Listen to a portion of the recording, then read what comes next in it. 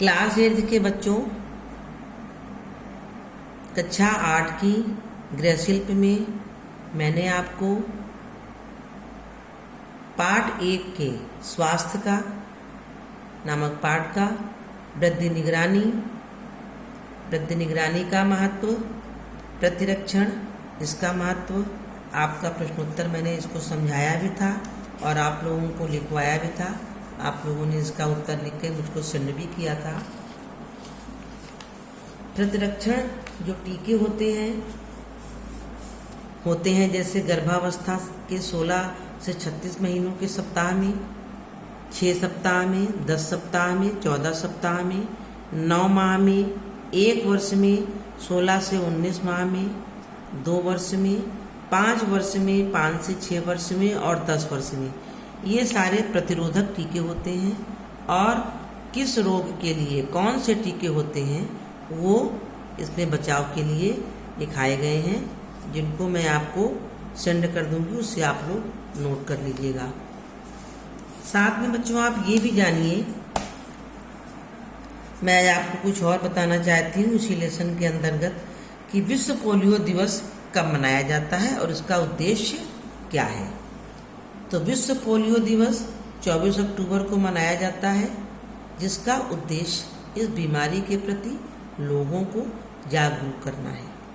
बहुत से माता पिता या जो गार्जियन होते हैं वो अभी भी अपने बच्चों को पोलियो की खुराक नहीं पिलवाते, इससे आगे चल के उनके बच्चे पोलियो के रोग के शिकार भी हो जाते हैं। इसीलिए इस बीमारी के निजात के लिए लोगों को जागरूक करने के लिए विश्व पोलियो दिवस मनाया जाता है और उसकी जो डेट है 24 अक्टूबर है। सबको जागरूक किया जाता है, लोगों के घर जा करके बच्चों को पोलियो डॉट पिलाया जाता है, जिससे बच्चे इस बीमारी से निजात पा सकें। दूसरा, पोलियो क्या है कि बच्चों का जो अंग होता है वो खराब हो जाता है, फिर जीवन में कभी भी उनका वो अंग सही नहीं हो पाता है। इसीलिए पोलियो की जो ड्राफ्ट है पिलाई जाती है।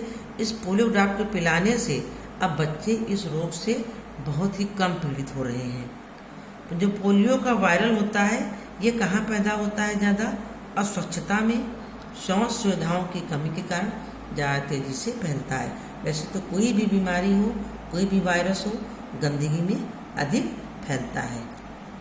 तीसरा है, जब बच्चा पैदा होता है तो जो माँ का प्रारंभिक दूध होता है उसमें रोग प्रतिरोधक क्षमता बहुत होती है, इसीलिए शिशु के लिए यह दूध बहुत ही उपयोगी होता है। अतः जन्म के तुरंत बाद ही बच्चे को स्तनपान कराना आवश्यक है।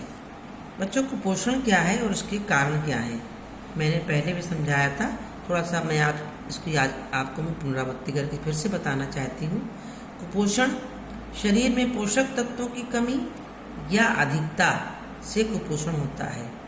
बहुत इसका 2 प्रकार होता है कि अगर पोषक तत्वों की शरीर में कमी हो और बहुत अधिक हो जाए, अगर कमी हो जाएगी तो बच्चा निर्बल हो जाएगा और अधिक उसको भोजन में तत्व मिलने लगेंगे तो अत्यधिक मात्रा मिलने से उसको अनेक प्रकार की बीमारियां होने लगेंगी। अब कुपोषण के कारण देखिए, इसको ऐसे भी आप समझ सकती हैं कि कुपोषण के कितने कारण हैं। पहला है जैसे जागरूकता की कमी।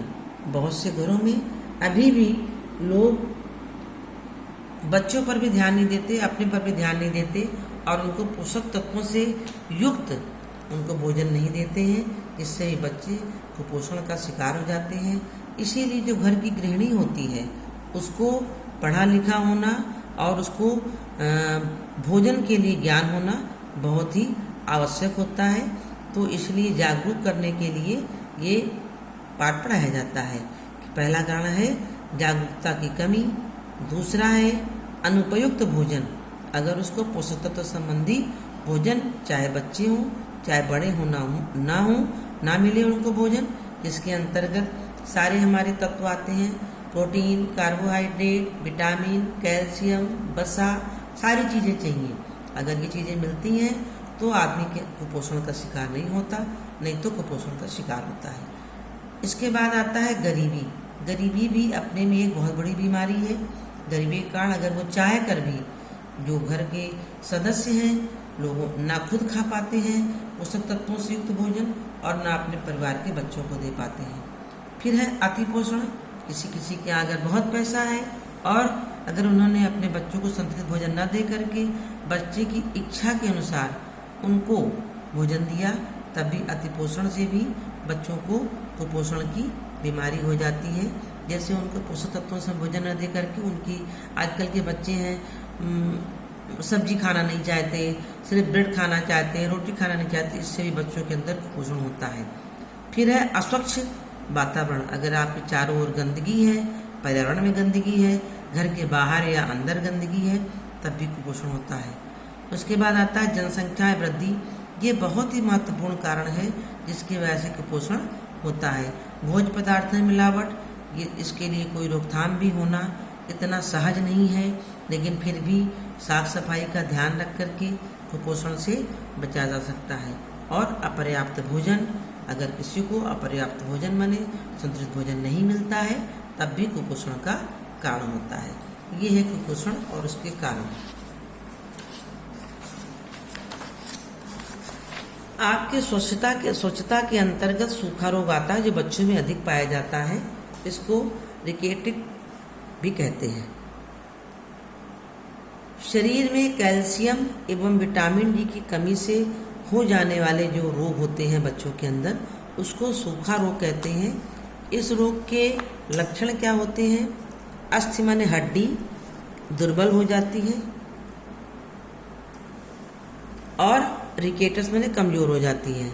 शरीर में कैल्शियम और फास्फोरस दोनों तत्व हड्डियों व दांतों का निर्माण करने में और स्वस्थ बनाए रखने में अच्छा कार्य करते हैं। कौन कौन से तत्व? कैल्शियम और फास्फोरस हमारी हड्डियों और दांतों का निर्माण करने में बहुत ही अच्छे सहायक होते हैं। इसीलिए बच्चे के जन्म के उपरांत बच्चों को कैल्शियम और आयरन की गोली डॉक्टर लिक्विड रूप में, सिरप के रूप में देते हैं। जब बालक के अंग तेजी से बढ़ रहे होते हैं तो उसे अस्थि तंत्र निर्माण के लिए, अस्थि माने मैंने बताया जैसे आपको, उनकी हड्डी मजबूत हो, इसके निर्माण के लिए कैल्शियम और फास्फोरस दोनों खनिजों की अधिक मात्रा में आवश्यकता होती है। और जिन बच्चों में ये कैल्शियम फास्फोरस की मात्रा शरीर में नहीं पहुंच पाती है तभी उनका समुचित विकास नहीं हो पाता है, बच्चों का शरीर अत्यंत दुर्बल हो जाता है और अत्यधिक इसका रोग पनपने पर ये सूखा रोग का रूप ले लेता है। इसलिए बढ़ते हुए बच्चे को प्रतिदिन लगभग 1.5 ग्राम कैल्शियम और 1.5 ग्राम फास्फोरस की आवश्यकता होती है। यही इसका उपचार भी है कि सूखा रोग का, अगर किसी बच्चे को सूखा रोग हो गया है तो इसके उपचार के लिए डॉक्टर को दिखाने के पश्चात डॉक्टर भी देते हैं कैल्शियम और फास्फोरस की दवा, लेकिन साथ में इसके घर में भी इसको हरी सब्जियां हैं, दूध है, ये सब देना आवश्यक होता है। कैल्शियम, फास्फोरस और विटामिन डी की कमी से होता है। इन तत्वों की पूर्ति के हेतु दूध, दही, पनीर, अंडा, दाल, फल, पत्तेदार सब्जियां, ये सबों का बच्चों को या बड़े हों सबको सेवन करना आवश्यक होता है। आहार में दूध तथा दूध से बने पदार्थों को सम्मिलित करने से ये दोनों तत्व, कौन कौन से दोनों तत्व? कैल्शियम और फास्फोरस विटामिन डी से युक्त जो होते हैं वो पर्याप्त मात्रा में सहज ही प्राप्त हो जाते हैं। अब आगे आप इसको भी जानिए। कैल्शियम और फास्फोरस का प्रभाव विटामिन डी की उपस्थिति में होता है। सबसे अच्छा विटामिन डी हमको सूर्य की रोशनी से प्राप्त होता है, अतः व्यक्तियों को कैल्शियम और फास्फोरस की विशेष रूप से आवश्यकता होती है। उन्हें विटामिन डी युक्त भोजन अधिक मात्रा में सेवन करना चाहिए। सूर्य से विटामिन डी पर्याप्त मात्रा में मिलता है। कुपोषण से बचाव हेतु सरकार द्वारा विभिन्न योजनाएं भी चलाई जा रही हैं, जिसमें गरीब परिवार को चिन्हित कर बीपीएल गरीबी रेखा से नीचे कार्ड बनाए जाते हैं और इन कार्डों के माध्यम से वे लोग सस्ते दरों पर भी अनाज प्राप्त कर सकते हैं। इसके आगे और भी जानिए। लौह क्या है? लौह तत्व एक महत्वपूर्ण खनिज लवण है। यह शरीर में 4 से 5 ग्राम तक उपस्थित होता है। इसकी 70% मात्रा रक्त में, रक्त मतलब ब्लड या खून में, हीमोग्लोबिन में तथा 30% मात्रा यकृत, ये शरीर के अंग हैं, यकृत, वृक्क तथा अस्थि मज्जा में होते हैं। अस्थि हड्डी के अंदर जो पदार्थ होता है उसको अस्थि मज्जा बोलते हैं। दूसरा है शरीर में लौह तत्व की कमी, लौह आयरन को बोलते हैं, आयरन कैल्शियम तत्व की दैनिक आवश्यकता उम्र के हिसाब से होती है। 1 से 20 वर्ष में 15 से 20 मिलीग्राम, प्रौढ़ पुरुष और स्त्रियों को 20 मिलीग्राम, गर्भवती महिलाओं हेतु 40 मिलीग्राम, क्योंकि उनके अंदर बच्चे के भी विकास के लिए उनको दुगना चाहिए हर चीज़, इसीलिए उनको 40 मिलीग्राम तथा दुग्ध पान कराने वाली महिलाओं हेतु 30 मिलीग्राम लौह तत्व की आवश्यकता होती है। ये हमको किससे मिलता है? सेब, विशेष रूप से उसका छिलका, शहद, अनार हमारे शरीर की कोशिकाओं को क्षतिग्रस्त होने से बचाता है। ये आपका स्वास्थ्य के अंतर्गत प्रश्नोत्तर है और मैं कुछ प्रश्न आपको बताऊंगी। कुछ प्रश्नोत्तर मैंने आपको इसके पहले भी लिखाए थे। आज मैं इसका एक प्रश्न आपको और बताऊंगी और अभ्यास कार्य के अंतर्गत रिक्त स्थान और सही कथन का प्रश्नोत्तर बताऊंगी। पहला प्रश्न है इसका, विश्व पोलियो दिवस कब मनाया जाता है एवं इसका क्या उद्देश्य है? इसको आप लोग अपने कॉपी में लिखकर उसी लेसन पाठ 1 का जो स्वास्थ्य लेसन में आप लोगों ने कुछ अति लघु प्रश्नोत्तर और लघु प्रश्नोत्तर लिखा है, उसी के साथ इस प्रश्न को भी लिखेंगी। इसका उत्तर देखिए, विश्व पोलियो दिवस 24 अक्टूबर को मनाया जाता है, जिसका उद्देश्य इस बीमारी के प्रति लोगों को जागरूक करना है, जैसा कि मैंने अभी आपको इसके विषय में समझाया भी है। अब आता है वस्तुनिष्ठ प्रश्न। इसका पहला प्रश्न है, रिक्त स्थानों की पूर्ति कीजिए। क्लास 7th में भी आप लोगों ने रिक्त स्थानों की पूर्ति क्वेश्चन को किया था। इसमें होता है एक वाक्य होता है, वाक्य में एक शब्द होता है जो कि इसमें लिखा जाता है। डिप्थीरिया, काली खांसी और टिटनेस से बचाव के लिए कौन सा टीका लगाया जाता है? इसके अंतर्गत आता है टीटी।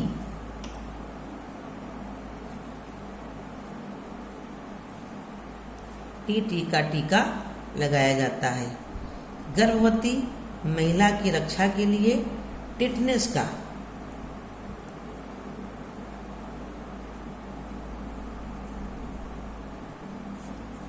का टीका लगाया जाता है। फिर से आप इसका खाली स्थान देख सकती हैं और कॉपी में करके मुझको सेंड कीजिएगा। डिप्थीरिया, काली खांसी और टिटनेस से बचाव के लिए टीटी का टीका लगाया जाता है। दूसरा है खाली स्थान, गर्भवती महिला की रक्षा के लिए टिटनेस का टीका लगाया जाता है। दूसरा प्रश्न है आपका, सही और गलत का निशान आपको इसमें लगाना है। सही कथन के सामने सही या टिक इसका चिन्ह है तथा गलत कथन के सामने गलत, ये इसका गलत चिन्ह है, इसका निशान आपको लगाना है। पहला है, टीकाकरण से शरीर में रोग प्रतिरोधक क्षमता बढ़ती है। फिर से देखिए, टीकाकरण से शरीर में रोग प्रतिरोधक क्षमता बढ़ती है, मैंने रोगों से लड़ने की क्षमता।